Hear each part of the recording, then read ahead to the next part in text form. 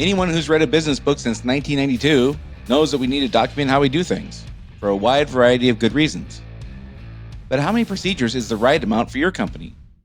Stay tuned and I'll share some things I've learned about this. Running a service business can be hard. It is not unusual for business owners in industries like contracting, home repair, auto repair, business-to-business services like janitorial, IT and accounting, and many others to feel overwhelmed by all the priorities facing them at any given time. Between addressing the needs of the customers, managing the employees, figuring out the financials, and getting processes in place, feeling like you're making significant progress on your business journey can be difficult. Welcome to Service Industry Success, hosted by Brian Harding. Each week, Brian will look at real-world strategies for building the business you are dreaming of, while also sharing tactics to get through some of the most frustrating parts of business ownership with a lot more ease. Let's get started. So no doubt, if you've been in business for more than 6 months, you've talked to industry peers, friends who own businesses, you've listened to podcasts, you've read books, you've seen speakers on stages, all talk about how important it is to document processes and procedures.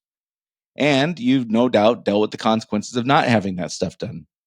And you've had disagreements as you take your eye off things about the right way of doing things. And we all know there's tons of benefits to having procedures in place.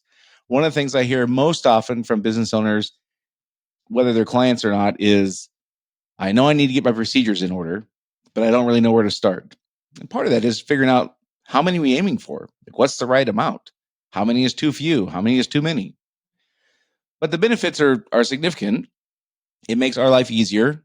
It makes it easier to hand people a playbook to do things the right way without us having to have direct oversight, which is a necessary component of growing a business. You can't grow a business to 100 employees if you have to watch what every single one of those employees does. That's certainly not possible. And we want consistency in our service and our products, and we want people to have a good experience. And we know the things that make a good experience. We want to make sure those things happen. And we know things that make a bad experience. We want to make sure we avoid those things. There's lots of benefits to having procedures in place, but it feels like a real chore. First of all, it's not very fun. If you've been listening to this podcast for any length of time, you know that I spent about a year of my career early on when I first kind of transitioned from a blue collar role and into a more of a white collar role. I spent a whole year basically writing procedures, doing process improvement stuff, and identifying better ways to do things, documenting those things, helping departments implement those procedures. So it's not very fun, that's for sure. And oftentimes we're at a place in our business where we have some freedom, and it kind of feels like more of a hassle to be needed. When we call and people call and we're like, you shouldn't have to be calling me for this. We're kind of at that stage in our business when it makes the most sense to be working on this. So it's something that's not very fun. It's kind of tedious work, and we don't know what success looks like. Like, oftentimes people don't know what a procedure is supposed to look like. So there's that. And we put it off just because it's not very fun. There's no getting around it. It's just not very fun, but they're necessary. And, like most of you, I've worked at companies with lots of procedures. I've worked at companies with few or no procedures. And as I mentioned, I've worked at companies where a big focus was developing and implementing procedures. And in my own company, I had to start from scratch, completely creating them new. We were a startup in the beginning, so we didn't have anything. We had ideas and we had concepts and we had strategies and we had plans, but we did eventually have to, of course, start creating procedures. And one of the things that I think is notable in looking at those different companies I was associated with, whether as an employee or a business owner, what differentiated how those companies operated was not how many procedures they had written, but how many were followed. And I think this is a key thing for us to really, really hone in on. Is I worked at companies that they had lots of procedures documented, but they weren't really used. So, in my opinion, those companies didn't, from my perspective anyway, didn't really operate that much differently than companies that didn't have hardly any documented, because it didn't really matter how many were documented. It mattered how many were applied and followed. So that leaves a question for us. Is there like a magic formula for getting the correct numbers of procedures that should be followed? And if so, what is it? So we're going to get more on that in a second on those. First, I'd like to tell you how you can join my group, which is called Business Tips. It's a place where you can ask any question you have about improving your business, your growth, your team, your processes, or your profitability. This group is for anyone who has a team of employees they lead, not just business owners. We meet twice a month on a recorded Zoom call, and there's lots of other benefits as well. You can just go to joinbusinesstips.com to see what else included. It's less than $100 a month, no contracts, no commitment. That's joinbusinesstips.com. All right. So what we're talking about today is documented procedures. And when I talk about documented procedures, that's based on the notion that your team is already trained. We're not talking about training documentation or training videos. And there's a critical difference. I'm not going to spend a lot of time on this, but there is a critical difference between procedures and training. SOPs are not the same thing as training. The purpose is different. The application is different. The level of detail contained in them is different. So if you're looking at doing training, and I'll use those training videos or documentation as procedures, I don't, sometimes that'll work. There's no question, but many times it will not. And again, I'm not going to get into a lot of detail on this. I just want to be clear. I'm not talking about training videos today. I'm talking about documented procedures, right? Also, when I talk about documented procedures, this applies to both written and video procedures. In fact, I'm a fan of having both whenever possible. So when I say documented, that could mean video, it could mean written. Doesn't matter to me. It matters which is most likely going to be used in your company. That's really the key factor here, right? So in order to determine how many procedures I want to have, I need to figure out a couple other things first. So first thing I got to figure out is do I want to have a team that has a deep understanding of what we're trying to do, how we service our customers, what makes us different, what things really matter, not just related to the technical work we do, but just kind of about the overall customer experience. Do I want a team that has a deep understanding of that and will take the initiative to develop improvements on their own? Or do I want a team that complies with procedures? Now, in both cases, I will absolutely need to have documented procedures, but the volume will definitely be different. So if I want a team that has, where I want compliance, that's going to require more procedures. If I want a team who can make good decisions and can develop improvements on their own, that might take fewer procedures. And there's pros and cons to both. For if you want compliance, like we'll have a written plan for everything. But the cons are I become the chief compliance officer. When I have lots of procedures, that's lots of things for me to make sure get adhered to. And again, it doesn't matter how many procedures are written, in my opinion, it matters how many are followed. So written procedures in a binder somewhere on a shelf or in a cabinet that are never used, in my opinion, is a massive waste of time. And in fact, it may cause more frustration than it resolves because we've invested all this time and money and energy into developing these things to sit on a shelf and have the same problems we had before we did all that. I look at that as kind of a waste of time. I don't think that's a good strategy. On the other side, if we want to have a team that has real understanding and comprehension of what we're trying to do, we might need less procedures, but it's a big investment up front. We have to invest a lot of time, money, and energy into teaching them how to make good decisions.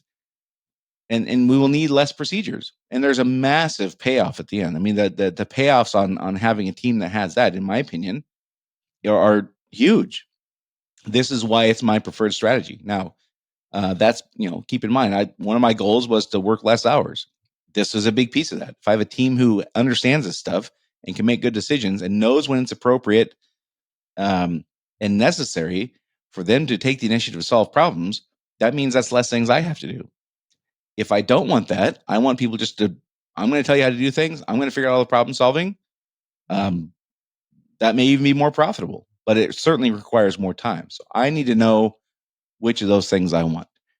Next, I need to figure out exactly how these procedures are going to be used in the real world to get the outcome I want. Now, here's where we begin to have problems when we develop procedures is we kind of default to this mode of I'm going to write a procedure and people are going to do this thing every single time exactly the way it's written, which in some cases would require that they actually pull the thing out and read it each time. So if that's our perspective, like, are we expecting them and we have the belief that they're literally going to pull this thing out on paper, on a screen, whatever, and read it or follow it each and every time they do this thing?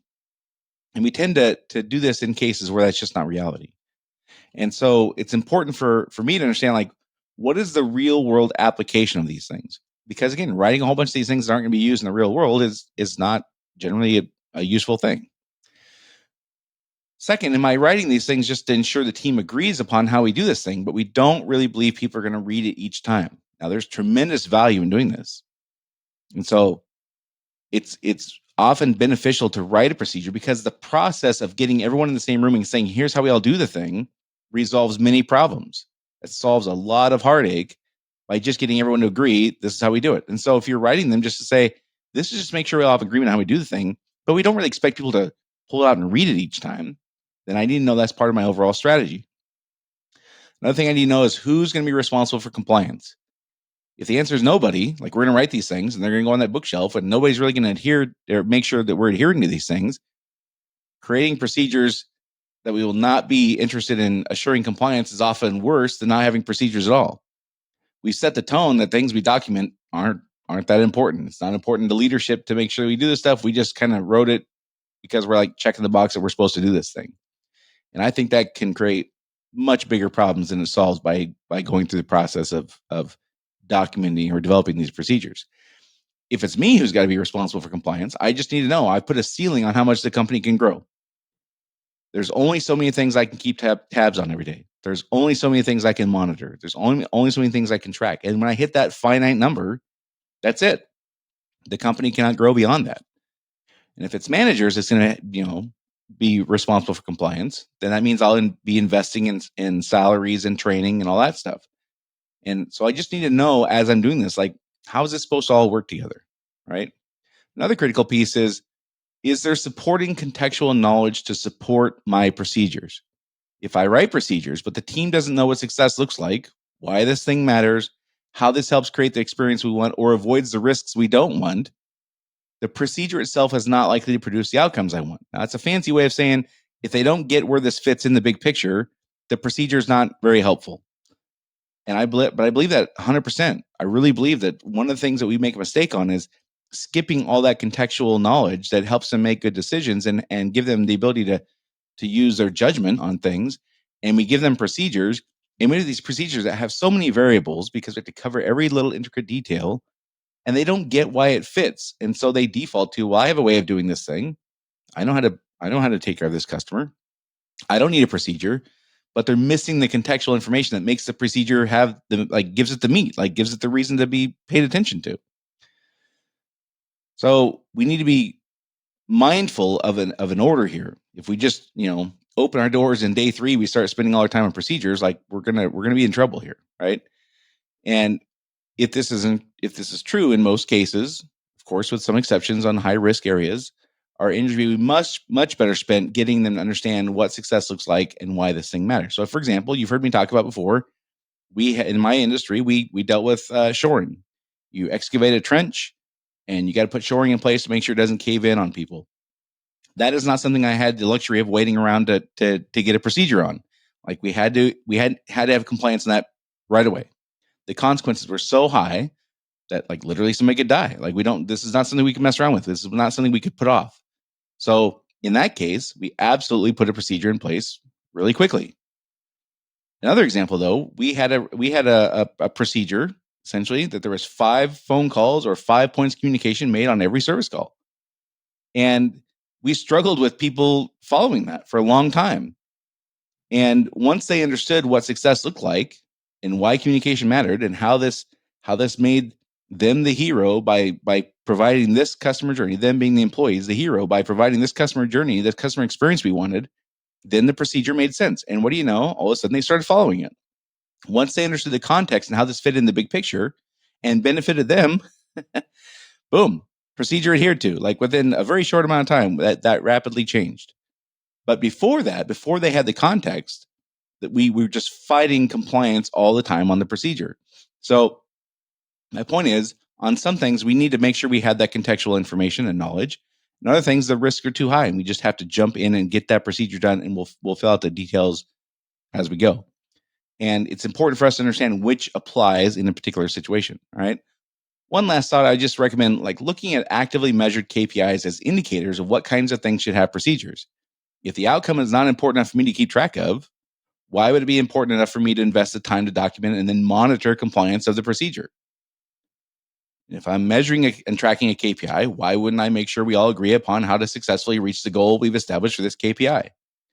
So that's a great place to just kind of start looking like what kinds of procedures do we need? Well, what kind of KPIs do we have? Let's start there. That's a great place to start.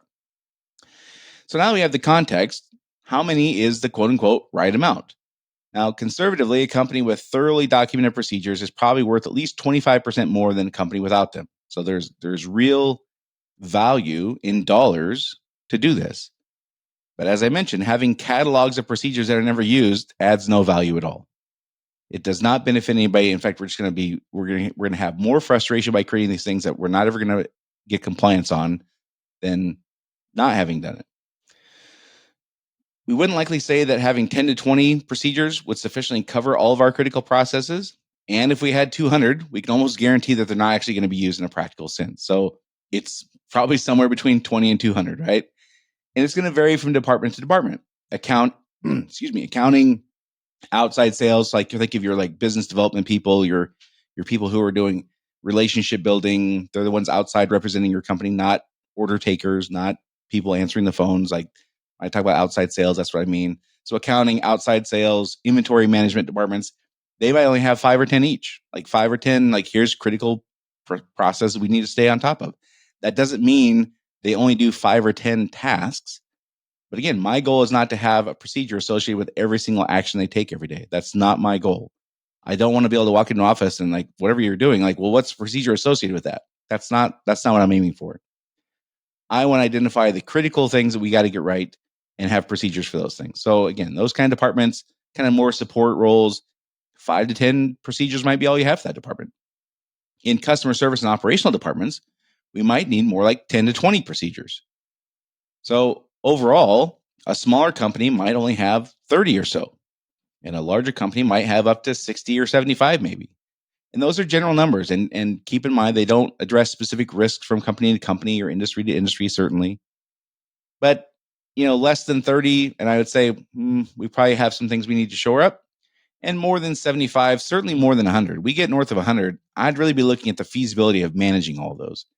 It's certainly not possible for me as just one guy to keep track of compliance on that many, like 110. Like I couldn't do that personally.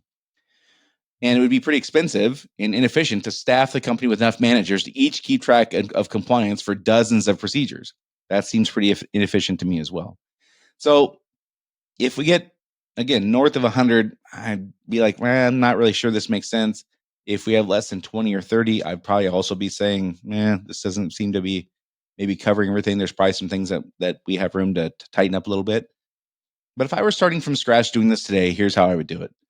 I would develop and document a few procedures that address big risks, like my shoring example, like that, like big risk stuff, whether it's HIPAA stuff or confidentiality stuff or data breach stuff or accident prevention stuff, like physical safety kind of things. Like those things, we got to do that stuff right away. Then I would develop and document critical pieces of the customer experience. What are the things that we're likely to screw up that really matter to the customer that may or may not be tied directly to the technical work we do? And once I get those few things, like there's going to be a few on the risk side and there's going to be a few on the customer experience side.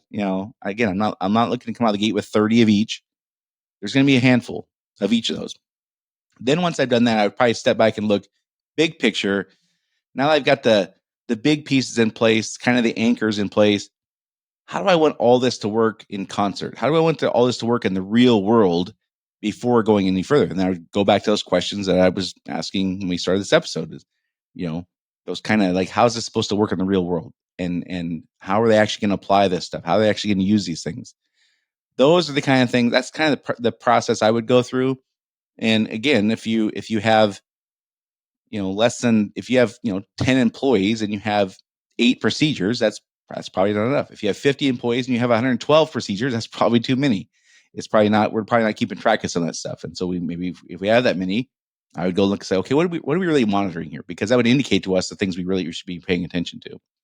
So I hope that's helpful.